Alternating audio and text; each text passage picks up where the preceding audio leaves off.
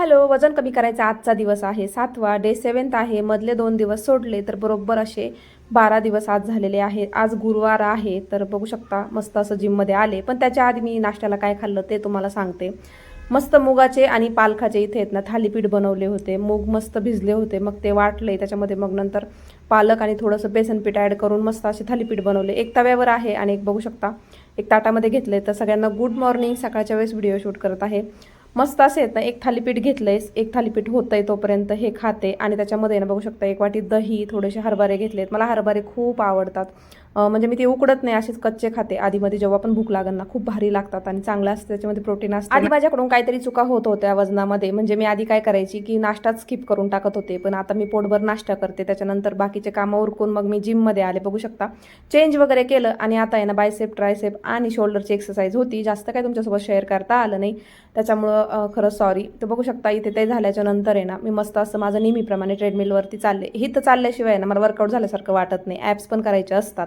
ह्या 2 गोष्टी माझ्यासाठी खूप जास्त मेन आहे, बाकी काय असो की नसो. त्याच्यानंतर मस्त असं ॲप्स करत होते. आता हे मी नवीनच करत होते म्हणून तुम्हाला दाखवते. म्हणजे मी तर डेली करते, पण तुम्हाला पाहायला माझ्याकडनं नवीनच आहे. मी तुम्हाला आत्तापर्यंत दाखवलं नाही.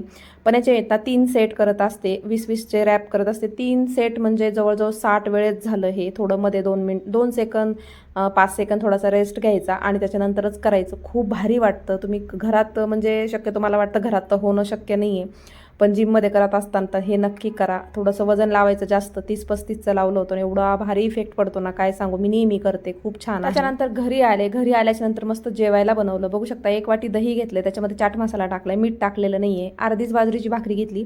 12 दिवसामध्ये फक्त आज भाकरी खाल्ली, ते तुमच्यासोबत शेअर करते. मध्ये मी खाल्लीच नाही आहे. तर बघू शकता इथं मस्त वाटाण्याची पातळ भाजी बनवली, सोबत काकडीसुद्धा घेतली. आता याच्यामध्ये असं प्रोटीनसारखं काहीच नाही आहे, प्रोटीन भेटन शरीराला असं काहीच नाही आहे, पण हां नॉर्मल डाएट म्हणून आपण खाऊ शकतो. त्याच्यानंतर दुपारी थोडा वेळ आराम केला. मग संध्याकाळी कॉफी घेतली, मस्त ब्लॅक कॉफी. पण ते पण मी तुमच्यासोबत म्हणजे व्हिडिओ काढला पण शूटच नाही झाला, तर शेअर करता नाही आलं. नंतर मग संध्याकाळी पण लवकरच जेवायला घेतलं होतं. 7:30-8 तरी वाजले होते, म्हणजे 8 वाजेपर्यंत जेवण झालं होतं. मस्त असं इथं ना पनीर, सोयाबीन, मस्त अशी कोशिंबीर, असं छान जेवण. आणि जसं माझं ताट आहे ना तसं आर्यनला पण दिलं होतं. आज मस्त प्रोटीन होतं.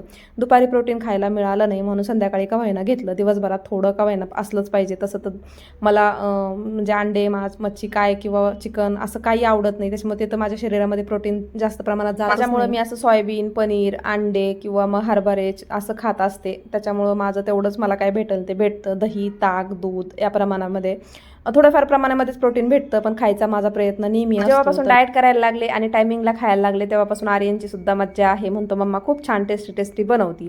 पोटभर जेवण करून मग त्याच्यानंतर वॉक करत असते. म्हणजे घरामध्ये जेवढं थोडं घरामध्ये जेवढं अंतर आहे किचन आणि हॉलमध्ये जेवढं अंतर तेवढं चालत असते जेवण झाल्यावरती.